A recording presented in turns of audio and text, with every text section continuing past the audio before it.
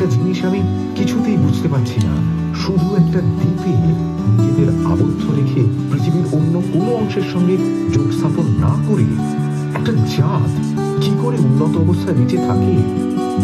টেকনোলজিতে উন্নতি করতে গেলে তো যন্ত্রপাতি লাগে। সেই যন্ত্রপাতি তৈরি করার মাল মশলা কি ওই একটা দ্বীপেই রয়েছে? এইসব প্রশ্নের কোনো উত্তরই অবশ্য সিঙ্গাপুরে বসে পাওয়া যাবে না। তবে আমার মনেও যে একটা অবিশ্বাস দানা বাঁধেনি তা নয়। এসব ব্যাপারে ধাপ্পাবাজির উদাহরণের অভাব নেই। আমাদের দিনেরই একজন লোক যে প্রাচীনকালের হাতের লেখা অনুকরণ করতে পারে, সে মাসখানেক পরিশ্রম করলেই একটা 500 বছরের পুরনো পাণ্ডুলিপি তৈরি করে ফেলতে পারে। যিনি বুদ্ধি আবিষ্কার করেছেন তিনি কিরকম লোক সেটা জানা দরকার।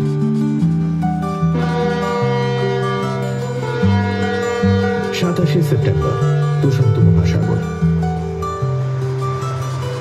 আমরা 25-এই রওনা হয়েছি। সুমার এই যানটির কোনো তুলনা নেই। ম্যাপে দেখে আন্দাজ হয় আমাদের 7,500 মাইলের মতো যেতে হবে। আমরা এখনো পর্যন্ত দিনে গড়ে 500 মাইল মতো চলেছি। দরকার হলে এর চেয়েও বেশি যাওয়া যায়, কিন্তু এখনো অবধি সেটার কোনো প্রয়োজন বোধ করিনি। সন্ডার্স একটা খেলা নিয়ে এসেছে, নাম লোগোস, যেটা 5 জনে খেলতে পারবে। ইংরেজি শব্দ রচনার খেলা। ভেবেছিলাম সুমা আর সাবাতিনির অসুবিধা হবে, কিন্তু দেখছি এরা ভাষাটা ভালো বলতে না পারলেও পড়াশোনা করেছে অনেক, ফলে শব্দের স্টক রীতিমতো ভালো।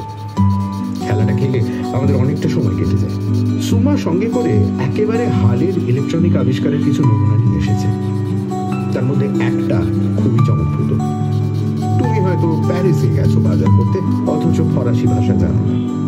তুমি ইংরেজিতে তোমার চাহিদা জানালে, এই যন্ত্র তৎক্ষণাৎ সেটা ফরাসি ভাষায় অনুবাদ করে জানিয়ে দেবে। আমাদের ওখানে কতদিন থাকতে হবে তা অবশ্য জানি না। নিজেদের মধ্যে আলোচনা করে 10 দিনের মতো জামা কাপড় নিয়ে এসেছি। থাকবো প্লাস্টিকের তাঁবুতে আর খাবো টিনের খাবার।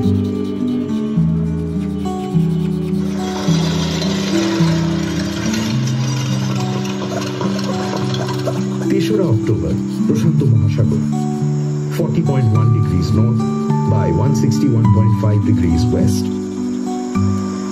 আজ আধ ঘন্টা আগে আমরা এই দ্বীপে পৌঁছেছি। আদৌ যে একটা দ্বীপ রয়েছে এই ল্যাটিটিউড লংটিটিউডে, তাতেই আমরা উৎফুল্ল।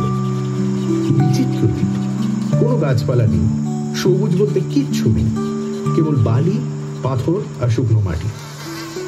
মশা ছাড়া কোনো প্রাণীর সাক্ষাৎ পাইনি এখনো পর্যন্ত। কোন রকম সরীসৃপও চোখে পড়ে, পাখি বা জানোয়ার তো নয়। দ্বীপটা কত বড় সেটা এখনো আন্দাজ করতে পারি। তবে এটা প্রায় জোর দিয়েই বলা যায় যে এখানে যদি কোনো প্রাণী থেকেও থাকে, তাহলে সভ্যতার স্তরে তারা বেশ নিচেই স্থান পাবে।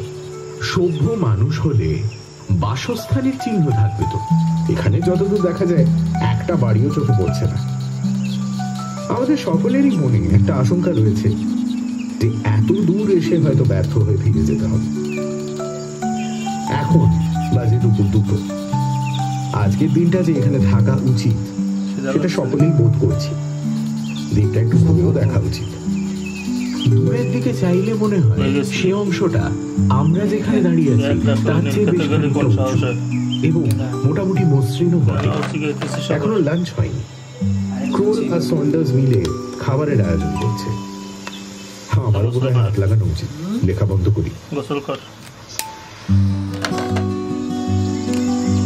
5 অক্টোবর, কথাটা লিখেও আনন্দ। আমাদের অভিযান সফল হয়েছে। এই দুদিনের ঘটনা নিয়ে একটা বই লেখা যায়। আমি ডায়েরিতে যতটা পারি লিখছি। প্রথম দিন লাঞ্চের পর আমরা 5 জন বেরোলাম দ্বীপের মাঝের অংশ লক্ষ্য করতে। যত হাঁটছি তত বুঝছি যে জমিটা ধীরে ধীরে উঁচু হচ্ছে এবং মসৃণ হচ্ছে। নুড়ি, পাথর ইত্যাদিও ক্রমশ কমে আসছে। এই মসৃণতা কিন্তু এমন দ্বীপের এমন জমিতে স্বাভাবিক নয়। সুমা একবার হাঁটা থামিয়ে মাটিতে উপুর হয়ে বসে জমিটার উপর হাত বুলিয়ে পরীক্ষা করল। তারপর মন্তব্য করল, স্ট্রেঞ্জ।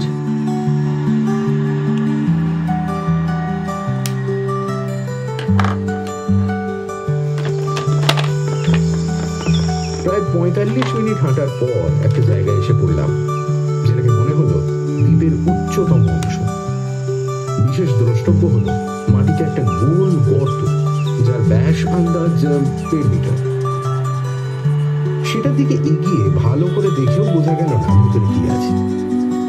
সেটা যে গভীর তাতে সন্দেহ নেই, কারণ চোখে যা দেখা যাচ্ছে তা হলো দুর্ভেদ্য অন্ধকার। ক্রোল আর পাগলা লোক সে গর্তটার কাছে মুখ নিয়ে তারও সাথে চিৎকার করলো, কোনো উত্তর নেই। অথচ বেশ বোঝা যাচ্ছে গর্তটা প্রাকৃতিক নয়। এমন নিখুঁত বৃত্ত মানুষ বা মানুষ জাতীয় কোনো প্রাণীর কাজ হতে বাধ্য। আমরা আরো কিছু দূরে এগিয়ে গেলাম। এদিকে জমিটা ক্রমে ঢালু হয়ে নিচে নামছে। আমরা এসেছি প্রায় 4 মাইল। এই গর্ত যদি এই দ্বীপের কেন্দ্রস্থল হয়, তাহলে ওদিকেও আন্দাজ 4 মাইল জমিতে রয়েছে। ঢালুর ওপাশেও আমরা বাসস্থানের কোনো চিহ্ন পেলাম না। কিছু দূর গিয়ে আমরা ফেরার পথ ধরলাম। গর্তটা দেখে সকলেই উত্তেজিত, কিন্তু তার মানে কেউই বুঝতে পারছে না। ক্যাম্পে ফিরতে ফিরতে 5টা বেজে গেল। এতটা পথ হেঁটে সকলেরই বেশ ক্লান্ত লাগছিল। আমাদের তাঁবুগুলো খাটানো হয়ে গিয়েছিল। 3টে তাঁবু, একটায় ক্রোল আর সন্ডার্স, একটায় আমি আর সুমা, আর একটায় সাবাতিনি। আমরা যে যার ক্যাম্পে ঢুকে প্লাস্টিকের চাদরে শুয়ে একটু জিরিয়ে নিচ্ছিলাম। 5:30টায় ক্রোল সকলকে কফি এনে দিল। সাবাতিনির একটা অসুবিধা হচ্ছে, আমাদের মধ্যে একমাত্র ওকেই মশা কামড়াচ্ছে। সে বারবার শরীরের অনাবৃত অংশে চাপড় মেরে মেরে মশা মারার চেষ্টা করছে। বলল, আমার রক্তের জাতি এইরকম। আমার দেশেও মশারা আমার রক্ত খেতে খুব ভালোবাসে। 6:30টায় প্রশান্ত মহাসাগরের দিগন্তে সারা আকাশের রং ছড়িয়ে সূর্যদেব অস্ত গেলেন। এবার অন্ধকার হয়ে যাবে দেখতে দেখতে। আমি 3টে ক্যাম্পের জন্য আমার তৈরি 3টে লুমিনিম্যাক্স ল্যাম্প এনেছি। অন্ধকার হলেই সেগুলো জ্বলবে।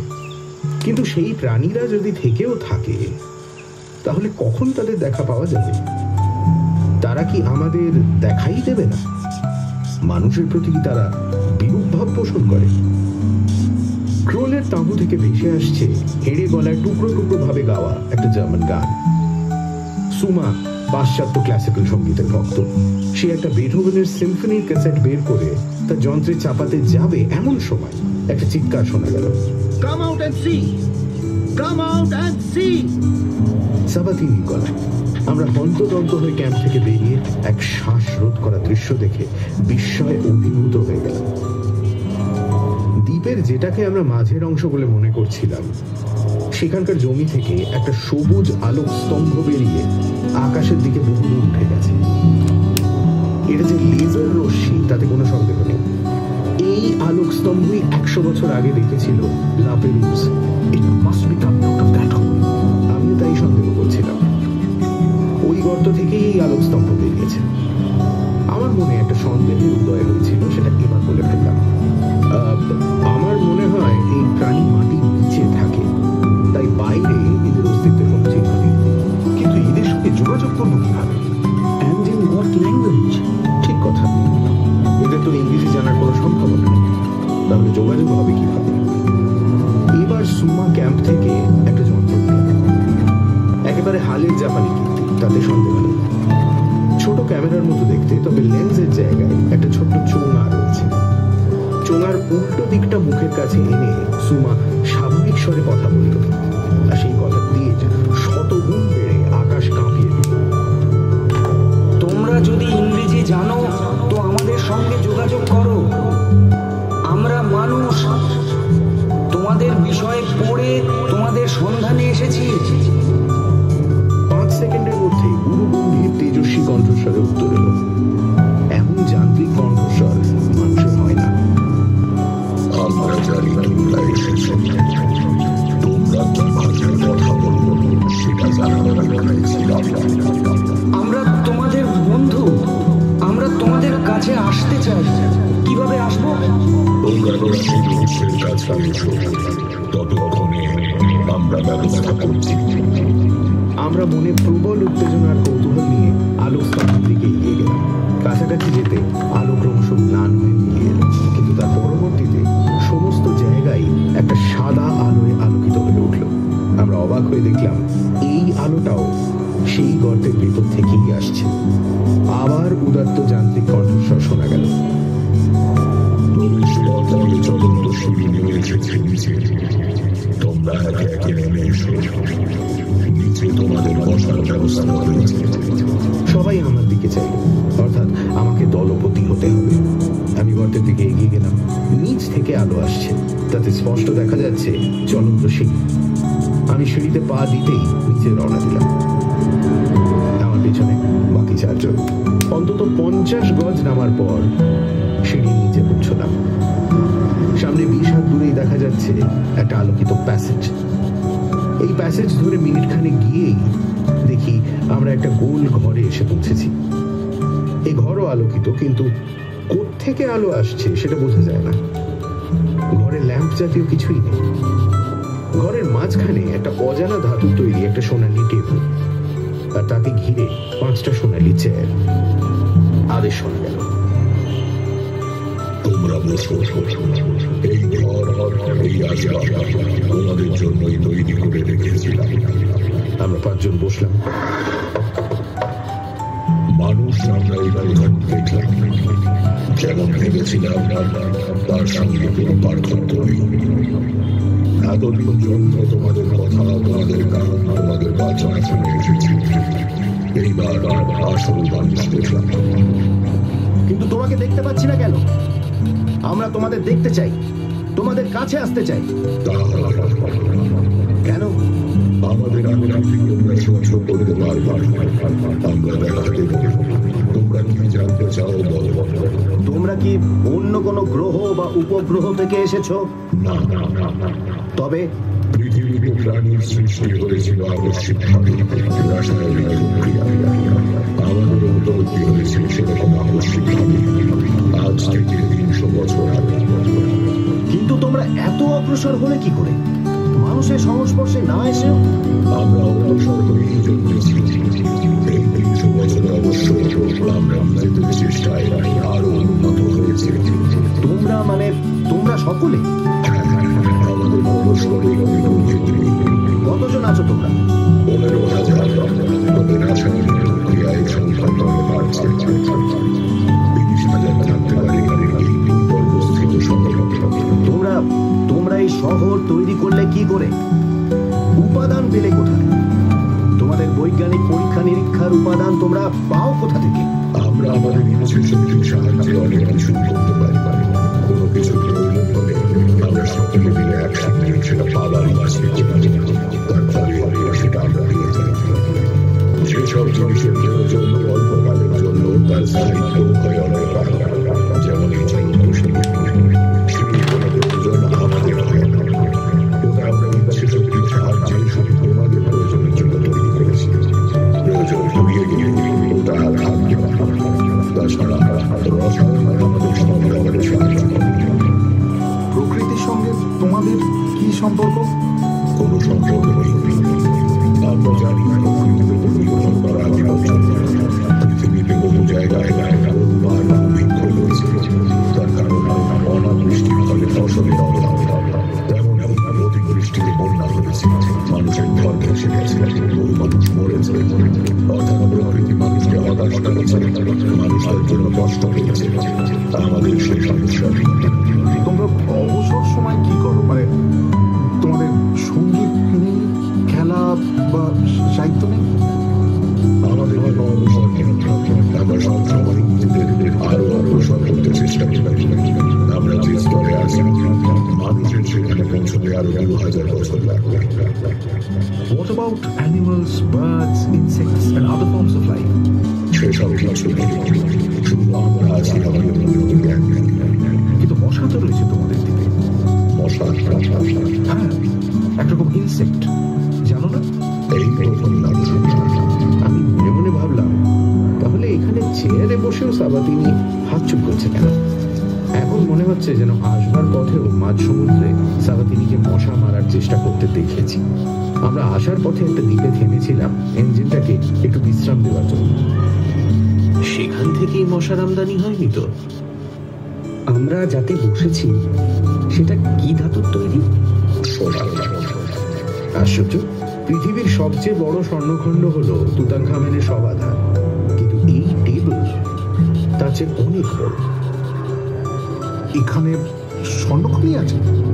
না না না না, সোনা আমরা রাসায়নিক প্রক্রিয়া তৈরি করি। আমাদের সব যন্ত্রপাতি সোনার তৈরি। এখানে সোনার কোনো মূল্য নেই। আমরা জানি মানুষের মধ্যে আছে। সোনা তৈরির ফর্মুলা আছে তোমাদের কাছে? নিশ্চয়ই, না হলে তৈরি হয় কি করে? দেখো, আমাদের তো একদিন না একদিন দেশে ফিরে যেতে হবে। তখন তো আমাদের এই অভিজ্ঞতার কথা কেউ বিশ্বাস করবে না। তোমাদের অন্তত একজন প্রাণীকে কি আমরা সঙ্গে নিয়ে যেতে পারবো না? মানে অল্প কয়েকদিনের জন্য, তারপর আবার তাকে ফেরত দিয়ে যাবো। সে যদি তোমাদের সঙ্গে যায় তাহলে ফেরার কোনো সমস্যা নেই। যানবাহন ছাড়া চলাফেরা করার উপায় আমরা প্রথম থেকেই জানি। তাহলে তোমাদের একজনকে দেবে তো আমাদের সঙ্গে? বললাম তো, তার আকৃতি তোমরা সহ্য করতে পারবে না। সেই আকৃতি তোমরা বদলাতে পারবে না? মানে এত কিছু পারো, এটা পারবে না? কিছুক্ষণ নিস্তব্ধতা, তারপর কথা এলো।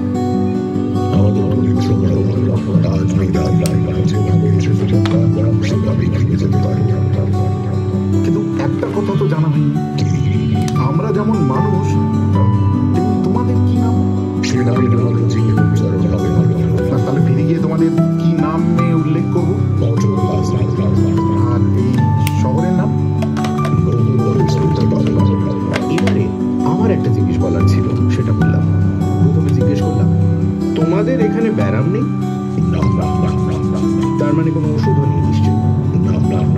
কিন্তু ব্যারামের সম্ভাবনা নেই সেটা কি করে বলছো? এরপরে যখন আসবো তখন আমার তৈরি ওষুধ মিরাকিউরালের বেশ কিছু বড়ি সঙ্গে করে এনে এই টেবিলের উপর রেখে দেবো। যদি ব্যারাম হয় তাহলে সেটা খেলে সেরে যেতে বাধ্য। আমি অবশ্য ক্রিস্টোফারটির ভবিষ্যৎবাণীটার কথা ভেবেই এটা বললাম। এরপর আমরা গোল ঘর ছেড়ে বেরিয়ে এলাম। এরা এয়ার কন্ডিশনিংটা ভালোই রপ্ত করেছে, কারণ মাটির নিচে হলেও আমরা অতি আরামদায়ক ঠান্ডা উপভোগ করেছি।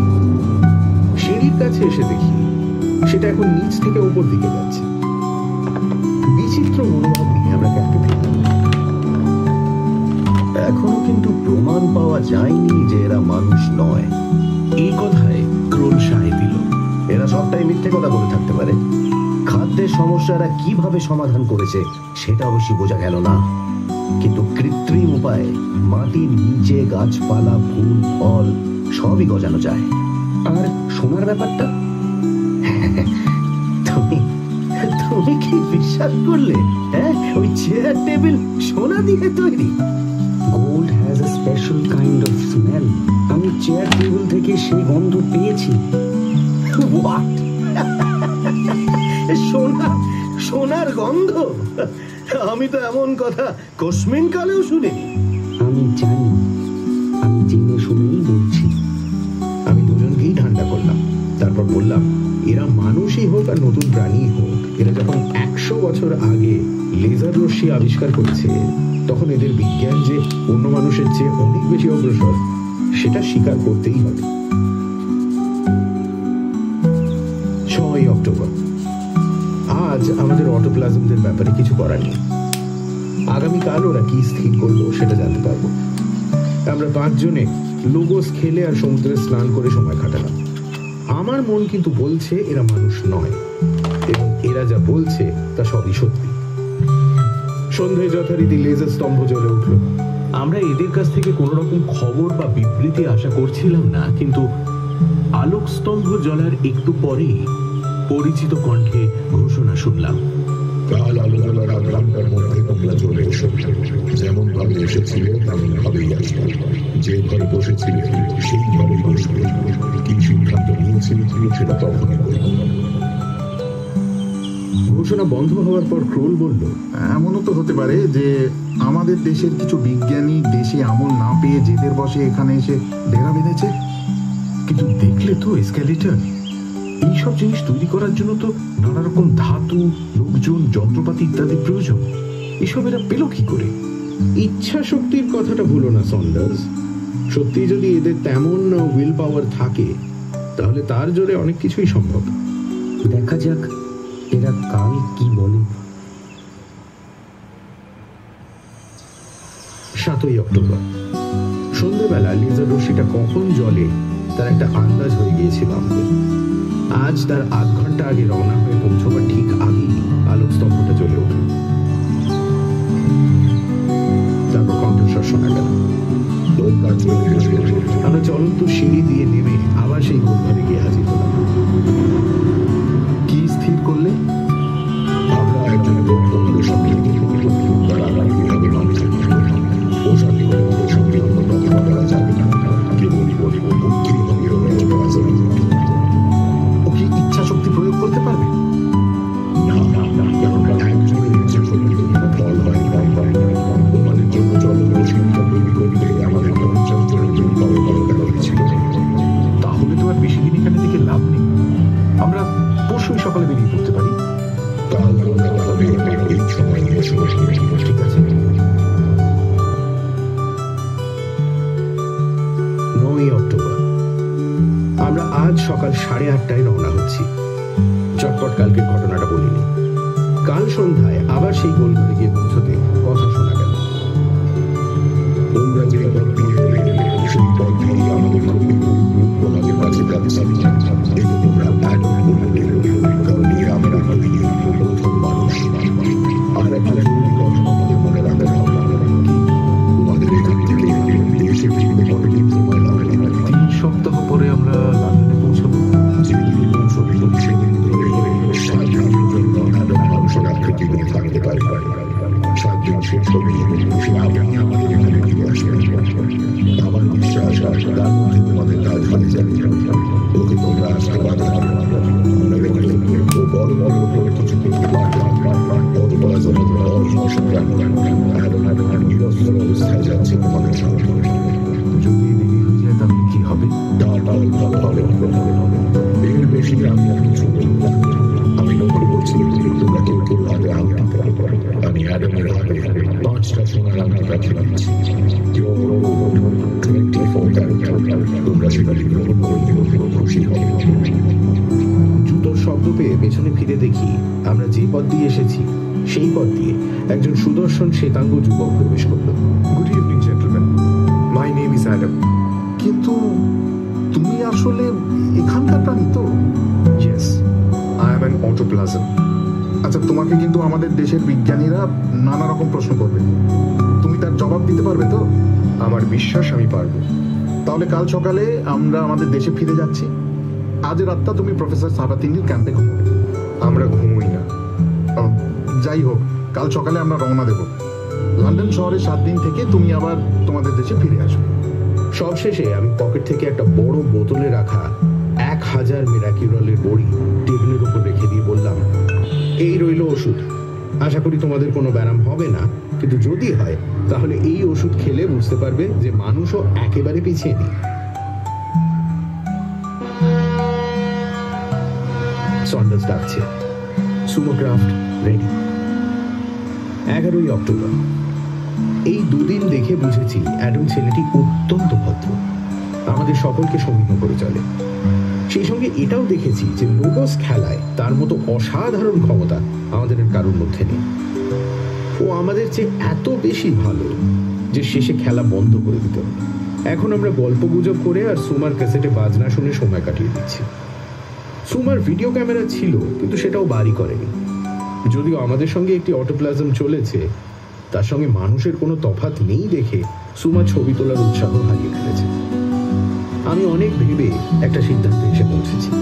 সেটা হলো, এরা যদি সত্যিই মানুষ না হয় তাহলে এরা যতই উন্নত প্রাণী হোক না কেন, সুখ দুঃখ সকাল সন্ধে চন্দ্র সূর্য ফুল ফল রং রস খেলাধুলো পশু পাখি নিয়ে মানুষই ভালো।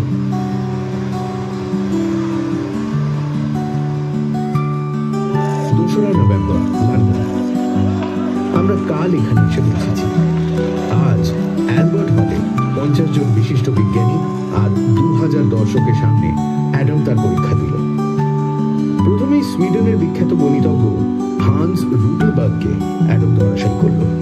রুডেলবার্গের সদ্য প্রকাশিত কিছু গাণিতিক তথ্য অ্যাডাম প্রমাণ করে দিল যে তাদের দেশে 70 বছর আগে থেকে সকলেই জানে। তারপর সে কতগুলো তথ্যের উদাহরণ দিল যেগুলো আমাদের গাণিতিকরা এখনো উদ্ভবই করেননি।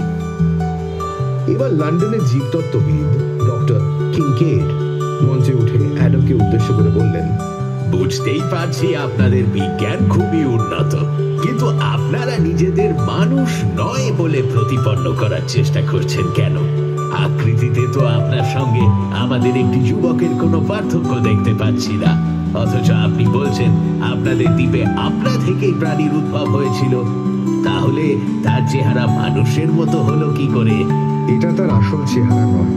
আমাদের চেহারায় মানুষ অভ্যস্ত নয় বলে আমি মানুষের আকৃতি নিয়ে এসেছি। 1.5 ঘন্টা চলল ব্যাপারটা। প্রফেসর ম্যাঙ্কোভিচ, প্রফেসর ব্রুনিয়াস, জন ডাকওয়ার্থ, ডক্টর ভ্যালেসিয়েভ, রিক্টার, শুলস ইত্যাদি ইত্যাদি বাঘা বাঘা পদার্থবিজ্ঞানী, প্রত্নতাত্ত্বিক, জীববিজ্ঞানী, গণিতজ্ঞ, উদ্ভিদ বিজ্ঞানী সকলেই অ্যাডামের কাছে হার স্বীকার করলেন। অবশেষে যিনি আজকের অনুষ্ঠানের সভাপতি প্রফেসর কার্টওয়েল, তিনি বললেন, আমরা একজন অসাধারণ ধী শক্তি সম্পন্ন ও পাশ্চাত্যের বিজ্ঞানীর চেয়ে অনেক বেশি অগ্রসর ব্যক্তির পরিচয় পেয়ে চমৎকৃত হয়েছি এবং নিজেদের ভাগ্যবানও মনে করছি। আজকের দিনটা যে বিজ্ঞানের ইতিহাসে একটি স্মরণীয় দিন তাতে কোনো সন্দেহ নেই, কিন্তু মিস্টার অ্যাডাম তার আসল আকৃতি আমাদের কাছে প্রকাশ করলেন না। ফলে একটা সন্দেহ রয়ে গেল যে তিনি আসলে মানুষ এবং মানুষ হয়েই বিজ্ঞানের চূড়ান্ত সীমানায় পৌঁছেছেন। করধ্বনিতে অ্যালবার্ট হল হেঁটে পড়ল। আমরা অ্যাডামকে